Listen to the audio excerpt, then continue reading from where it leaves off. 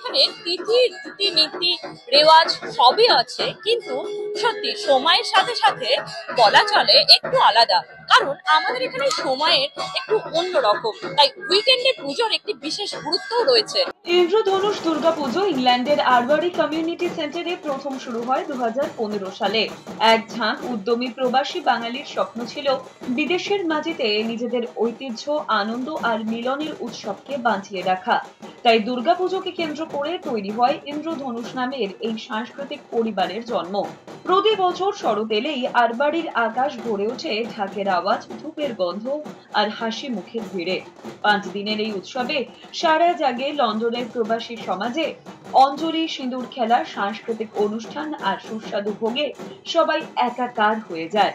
Durga Pratima was brought from Kolkata by flight because we didn't have time, and we always wanted to Pratima like in one background that represents the family.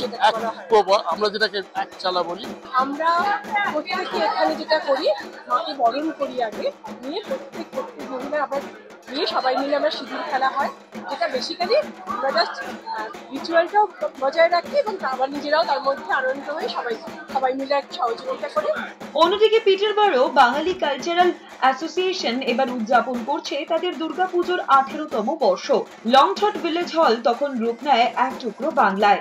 শিশুরা মহিষাসুর মর্দিনের নাটকে মেতে ওঠে, বয়োজ্যেষ্ঠরা আড্ডা আর স্মৃতিচারণায় হারিয়ে যান। বছরের পর বছর ধরে এই পুজো শুধু ধর্মীয় আচার নয়, এ এক আত্মীয়তার বন্ধন, প্রবাসে বাঙালি আনার প্রতীক। দুই সম্প্রদায়ের এই দুই পুজো প্রমাণ করে দূর দেশে থেকেও মাটি ও মায়ের টান কখনো ম্লান হয় না, বরং প্রতি শরতে নতুন আলোয় ঝলমলিয়ে ওঠে বিজয়ার আনন্দে।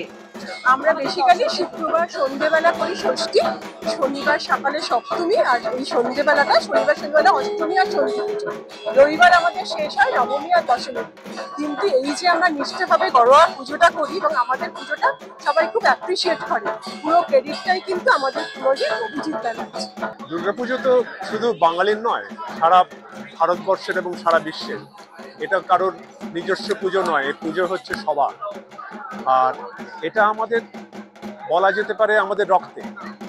আর এই নিজস্ব শিকড় যার সবচেয়ে ভালো, তাকে সবাই পৃথিবীতে সম্মান করে।